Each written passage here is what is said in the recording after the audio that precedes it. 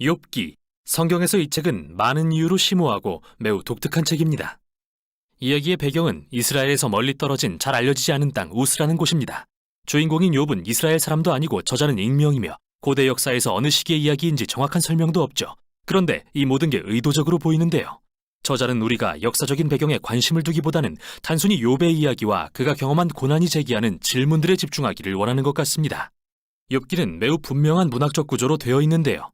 짧은 이야기로 되어 있는 머릿말로 시작하고 맺은 말로 끝을 맺습니다. 그리고 책의 중심 부분은 히브리시로 밀도 있게 구성되어 있는데 욥과 그의 친구들이라고 불리는 자들이 나누는 대화를 보여줍니다. 그런 다음 이들의 대화는 하나님께서 욥에게 주시는 일련의 시적인 연설로 마무리됩니다. 자, 그럼 더 자세히 들여다봅시다. 머릿말은 우리에게 욥을 소개하면서 그를 흠이 없고 정직하며 하나님을 경외하는 자라고 설명합니다. 진짜 좋은 사람이라고 말이죠. 그런데 갑자기 장면이 하늘의 영역으로 이동하더니 하나님께서 천상의 존재들과 함께 회의를 열고 계시는 장면으로 바뀝니다. 이것은 구약에서 하나님께서 세상을 어떻게 다스리시는지 묘사하는 흔한 방법이죠. 천상의 존재 중에는 사탄이라는 자가 있는데 이는 히브리어로 고발자 또는 기소자라는 의미입니다. 마치 법정의 한 장면을 보는 것 같은데요. 하나님께서 욥을 참으로 의로운 자라고 하시자 이 고발자는 욥처럼 의로운 자에게 보상하시는 하나님의 정책에 이의를 제기합니다. 그가 말하길 욥이 하나님을 순종하는 유일한 이유는 그에게 번성하도록 복을 주셨기 때문입니다. 욥에게 고난을 줘서 그가 정말 얼마나 의로운지 시험해 보시죠.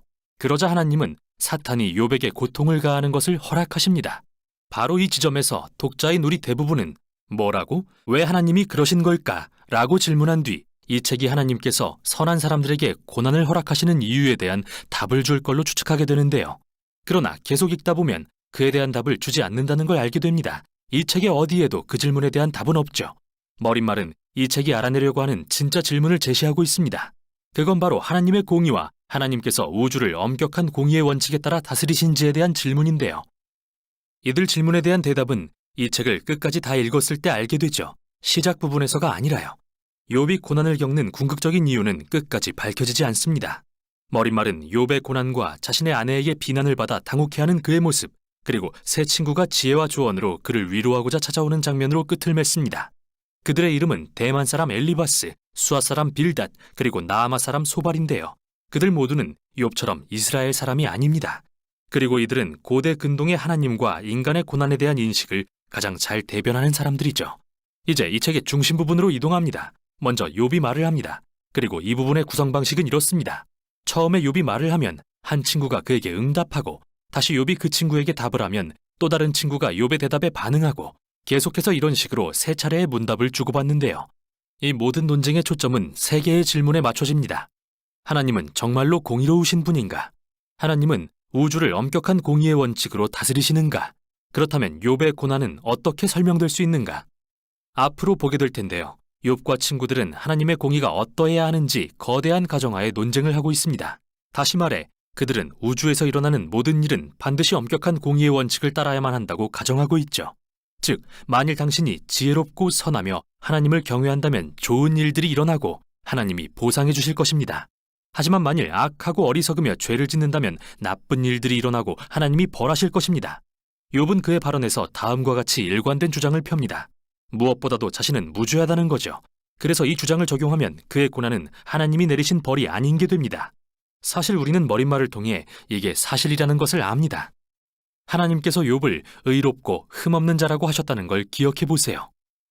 따라서 욥은 하나님을 비난하는 것으로 결론을 내립니다.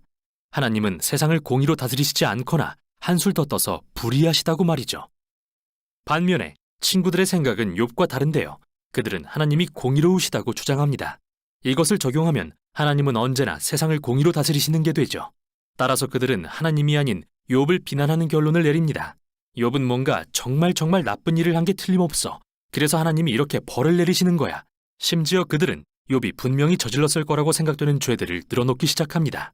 욥은 이 모든 것에 반박합니다. 사실 그는 친구들의 주장에 진저리가 나서 그들과의 논쟁을 그만두고 자신의 문제를 직접 하나님께 가져갑니다. 여기서 우리가 알아야 하는 것은 욥이 감정적으로 거친 혼란을 겪고 있다는 건데요. 한때는 하나님이 의로우시다고 생각했지만 지금은 고난으로 인해 그것을 의심하게 되었습니다. 감정이 폭발한 욥은 하나님이 자신을 괴롭히신다고 비난하기도 하고 심지어 하나님이 세상의 모든 불의를 조정하신다고 주장하기도 하죠. 하지만 이런 생각을 하는 순간 그는 두려웠습니다. 하나님이 정말 의로우시길 바라고 믿고 싶었기 때문이죠. 욥은 이렇게 두서없는 말들을 하다가 마지막으로 자신의 무죄함에 대해 진술합니다. 그리고 하나님께 직접 나타나셔서 설명해 주시라고 요구하죠. 이때 뜻밖의 친구가 등장합니다. 바로 부스 사람 엘리후인데요. 그는 이스라엘 사람이 아니지만 히브리 이름을 갖고 있죠. 그리고 엘리후 역시 욥과 새 친구와 같은 가정을 합니다. 그는 하나님이 공의로우시며 그것을 적용하면 하나님은 우주를 언제나 공의로 다스리신다는 게 된다고 주장합니다. 그런데 엘리후는 선한 사람들이 고난받는 목적에 대해 더욱 정교한 결론을 도출합니다. 그것은 단지 과거의 죄를 벌하기 위해서가 아니라 하나님이 사람들이 미래의 죄를 짓지 않도록 경고하시는 것일 수 있으며, 하나님은 고통과 고난을 통해 사람들의 성품을 빚으시거나 귀중한 교훈을 가르치실 수 있다고 말이죠. 엘리후는 왜 욥이 고난받는지 안다고 주장하지는 않지만 하나님을 불의하시다고 비난하는 건 분명 잘못이라고 말합니다. 그런데 욥은 엘리후에게 대꾸조차 하지 않고 대화는 끝이 납니다. 마치 고대의 지혜가 동원됐지만 수수께끼는 여전히 남아있는 것 같습니다. 이때 갑자기 하나님께서 회오리 바람처럼 나타나셔서 욥에게 개인적으로 반응하십니다. 먼저 욥이 하나님을 불의하시고 우주를 공의로 다스리시지 않는다고 비난한 것에 대응하시는데요. 하나님은 욥에게 일종의 가상 우주 체험을 시키시고 나서 그에게 우주의 질서와 기원에 대한 온갖 질문을 던지시기 시작합니다. 욥아, 너는 내가 지구를 설계하고 별자리를 정할 때 그 근처에라도 있었느냐? 너는 아침에게 명령하고 날씨를 주관한 적이라도 있느냐? 하나님은 이렇게 욥이 상상해 본 적도 없는 우주 만물을 감찰하고 계셨던 것입니다. 그러고 나서 하나님은 자세하게 사냥이 풀을 뜯는 습관, 암사슴의 출산, 사자와 들나귀들이 먹이를 먹는 방식에 대해 묘사하시기 시작합니다. 이 이야기의 핵심은 뭘까요? 기억해 보세요. 욥과 친구들은 하나님이 공의로 세상을 다스리시는 게 어떤 모습인지 나름대로 가정하고 있었는데요. 그 밑에 깊이 깔린 또 하나의 가정은 그들이 삶에 대해 충분히 넓은 시야를 갖고 있어서 하나님이 세상을 어떻게 다스리셔야 마땅한지 주장할 수 있다는 것이죠. 하나님은 가상 우주 체험이라는 대답으로 이러한 가정을 모두 해체해버리십니다. 먼저 우주는 광활하고 복잡한 곳이지만 하나님은 그 안에 모든 것을 감찰하신다는 것을 보이십니다. 작은 것 하나까지도요. 반면에 욥의 시각은 그가 경험한 작은 범위에서만 나오는 것이므로 그의 관점은 극히 제한적입니다. 따라서 욥의 관점에서 하나님의 불이라고 생각되는 문제들은 무한히 넓은 맥락에서 이해될 필요가 있죠. 욥은 이렇게 하나님을 맹비난할 위치에 전혀 있지 않습니다. 이 가상의 체험이 끝나자 하나님은 욥에게 이 세상의 소소한 것까지 하루 동안 관리해보겠느냐고 물으십니다. 그와 친구들이 가정한 엄격한 공의의 원칙으로 모든 사람의 모든 악을 매 순간 정확히 응징하면서 말이죠. 사실 우리가 사는 이 세상에서 공의를 실현한다는 것은 매우 복잡한 일인데요. 욥과 친구들이 생각하는 것 같은 흑백 논리가 절대 아니죠. 이제 하나님은 마지막 말씀으로써 두 가지 환상의 피조물인 베헤못과 리워야단을 묘사하시는데요. 어떤 사람들은 이들이 하마와 악어의 시적 표현이라고 생각하기도 합니다. 그러나 이들은 고대 근동 신화에서 잘 알려진 피조물을 가리킬 가능성이 더 높으며 성경의 다른 곳에서 하나님의 선한 세상에 존재하는 혼돈과 위험의 상징으로서 사용되기도 합니다. 사실 이 피조물들은 악하지 않으며 하나님은 그들을 매우 자랑스러워하십니다. 그렇다고 그들이 안전한 것은 아닙니다. 핵심은 하나님의 세상은 경이롭고 매우 선하지만 완전하거나 항상 안전하지는 않다는 것이죠. 하나님이 지으신 세상은 질서 있고 아름답지만 거칠고 때로는 위험하기도 합니다. 이 두 가지 환상의 피조물처럼요. 이제 다시 욥의 고난이라는 중요한 질문으로 돌아가 봅시다. 왜 하나님의 세상에 고난이 존재할까요? 지진, 야생동물 또는 다른 사람 등 고난의 출처를 불문하고 하나님은 그 이유를 설명하지 않으십니다. 그분이 말씀하시는 건 우리가 사는 세상은 너무도 복잡하고 경이로우며 적어도 현 단계에서는 고난을 방지할 수 있도록 설계되지 않았다는 것이죠. 이게 하나님의 응답입니다. 욥이 하나님의 공의에 대해 도전하자 하나님은 욥에게는 그런 주장을 할 만큼 우주에 대한 충분한 지식이 없다고 대답하십니다. 욥이 하나님께 자세한 설명을 요구하자 하나님은 욥에게 그분의 지혜와 성품을 신뢰하라고 요구하시죠. 그러자 욥은 겸손과 회개로 하나님께 반응합니다. 하나님을 비난했던 것을 회개하고 하나님의 영역을 침범했다는 것을 인정합니다. 그리고는 갑자기 짧은 맺은말이 나오며 결론을 맺습니다. 먼저 하나님은 욥의 친구들이 틀렸고 하나님의 공의에 대한 그들의 생각이 너무 단순해서 이 세상의 복잡성과 하나님의 지혜에 대해 옳게 설명할 수 없다고 하십니다. 그런데 하나님은 욥은 그분에 대해 바르게 말했다고 하십니다. 참 이상하죠. 욥이 했던 말이 모두 바르지는 않았는데 말입니다. 알다시피 욥은 성급하고 잘못된 결론을 내렸지만 하나님은 여전히 그의 고민과 수고를 인정해 주십니다. 욥이 정직하게 하나님께 나아와 감정과 고통을 토로하고 그분과 직접 대화하기를 원했던 것을 칭찬하시며 그렇게 기도로 몸부림치는 것이 이 모든 것을 통과하는 바른 방법이라고 말씀하십니다. 책의 결말에 이르러 욥은 잃었던 건강과 가족과 부 모두를 되찾는데요. 이건 선한 행실에 대한 보상이 아니라 오로지 하나님의 자비하신 선물입니다. 이게 바로 욥기의 결말입니다. 욥기는 왜 선한 사람에게 나쁜 일이 일어나는지에 대한 수수께끼를 풀어주지는 않습니다. 대신 우리가 고난에 부딪혔을 때 그 이유를 알아내려고 애쓰기보다 하나님의 지혜를 신뢰하도록 권면하는데요. 그 이유를 찾으려다 보면 욥의 친구들처럼 하나님을 단순화하거나 욥처럼 하나님을 비난하기 쉽기 때문입니다. 제한된 증거를 가지고 말이죠. 이 책은 우리가 정직하게 하나님 앞에 고통과 슬픔을 가지고 나아가며 하나님이 우리를 친히 돌보시며 모든 것이 그의 선하신 뜻 안에 있음을 믿도록 격려합니다. 이게 바로 욥기가 전하는 내용입니다.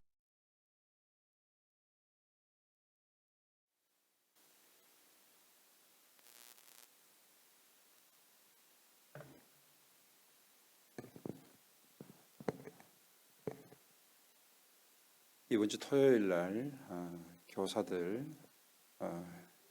위로회가 있습니다. 식사가 있습니다. D6 코리아에서 김진환 목사님께서 150만 원 내주셔서 조금 더 밝게 해주세요.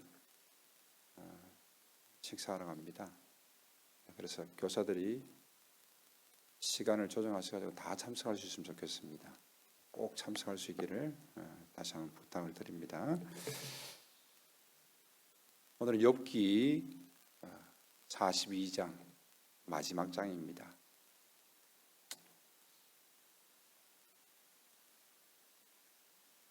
지금 주변에 있는 논에서는 모내기철이 한창입니다. 그리고 논에서는 저녁만 되면은 개구리 우는 소리가 한창입니다. 그런데 1년에 이렇게 주변에 논이 많음에도 불구하고 몇 번 개구리 소리를 듣는지 헤아릴 수 있을 정도입니다. 잘 안 들리지요. 그만큼 우리의 삶이 바쁘다는 거지요. 개구리가 그렇게 밤마다 개굴개굴 소리를 내면서 우는데도 불구하고 내 귀에는 들리지 않습니다. 하나님께서 우리에게 계속해서 말씀하심에도 불구하고 하나님의 말씀이 하나도 우리의 귀에 들리지 않을 수도 있다는 것입니다. 마음의 여유가 있고 어느 순간 개구리의 소리가 들리기도 하고 하나님을 향한 마음이 있어야지만이 하나님의 음성이 들리는 것입니다. 지금 이 설교 시간도 역시 마찬가지입니다. 딴 생각하거나 하나님을 향한 마음이 없다라면은 설교 시간조차도 여러분에게는 아무런 소리도 들리지 않을 것입니다. 하나님께서는 그러한 여러분에게 아무런 말씀도 하시지 않을 것입니다. 그래서 예배 시간은 애 보는 시간도 아니고 집에 있는 거 다른 거 걱정해도 소용없습니다. 근심 걱정해도 소용없고 온전히 하나님을 향한 마음으로 우리가 집중할 필요가 있다는 것입니다. 그때 비로소 하나님께서 우리에게 말씀하시는 음성을 들을 수가 있다라는 것입니다. 욥은 동방의 의인입니다. 복받은 사람입니다. 그러나 동시에 고난받은 사람입니다. 욥이 그렇게 고난이 있었음에도 불구하고 욥기의 처음과 마지막은 욥이 예배하는 모습을 보여주고 있습니다. 하나님 앞에 서는 모습을 보여주고 있다라는 것입니다. 신앙은요, 처음부터 끝까지 변함없는 것이 우리의 신앙의 가장 아름다운 모습입니다.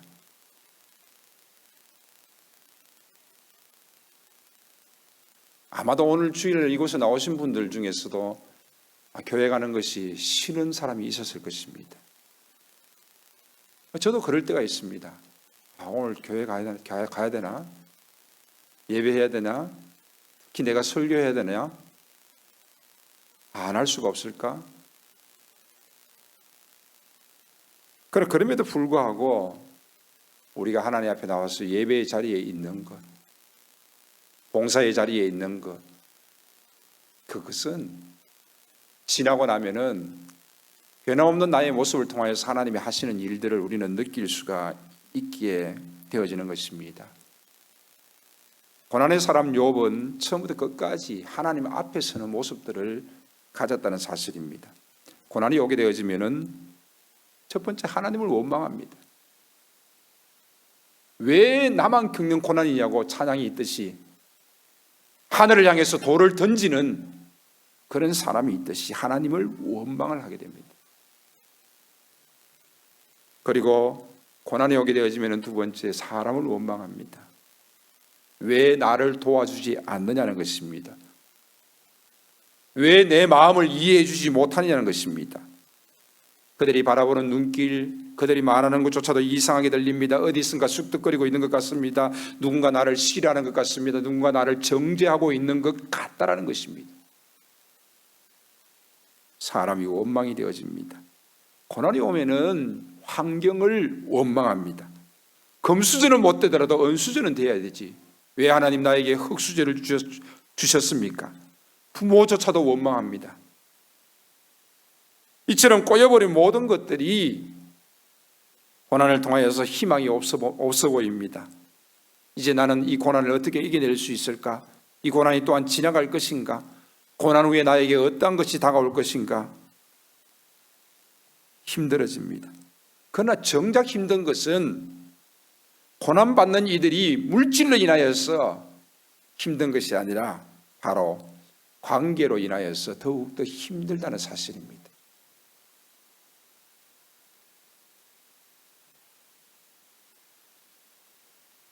욥은 고난이 찾아왔을 때에 어린아이까지 나를 업신여기고 내가 일어나면 나를 조롱한다라고 욥기 19장에 말씀하고 있습니다.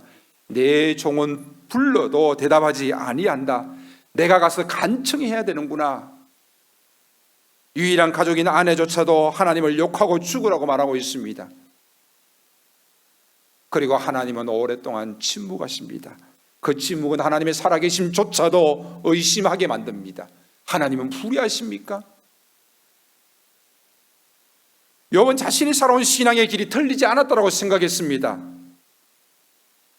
하지만 욥은 욥기 38장 이후에 찾아오신 하나님을 만난 이후에 자신이 틀렸다는 사실을 발견하게 되어집니다. 제가 지난주에 말씀드렸습니다. 나는 틀릴 수 있습니다. 나는 틀릴 수 있습니다. 나는 틀릴 수 있습니다. 욥은 회개합니다. 하나님에 대한 잘못된 지식들도 회개하고 하나님 앞에 더욱더 새롭게 서게 되어집니다. 욥을 위로하러 왔던 친구들은 오히려 욥을 더욱더 힘들게 만들었습니다. 하나님께서는 그 친구들을 용서하게 하셨습니다. 하나님께서는 욥을 친구들의 번제 제사장으로 삼으셨습니다. 그렇게 신앙적인 엄청난 토론과 논쟁을 했던 그들에게 욥을 하나님께서는 영적 거지로 제사장 되게 하셨던 것입니다. 친구들의 죄를 위하여서 제사를 주관하게 하시고 친구들의 잘못을 위하여서 그들을 위하여서 기도하게 하셨습니다. 그리고 하나님께서는 그 친구들의 잘못을 용서해 주십니다. 그리고 난 후에 욥을 회복시켜 주십니다. 욥의 회복은 어떤 회복입니까? 먼저 하나님과의 관계가 회복되어지는 것입니다. 신앙은 관계입니다. 하나님과의 관계를 어떻게 하느냐, 또한 성도와의 관계를 어떻게 하느냐, 그것이 신앙입니다. 관계를 실패하는 것은 결국은 신앙을 실패하는 것과 다를 바 없습니다. 관계가 좋지 않다는 것은 결국 신앙이 좋지 않다는 것과 같은 말입니다. 하나님과의 관계가 좋지 않은 사람이 신앙이 좋을 리가 없습니다.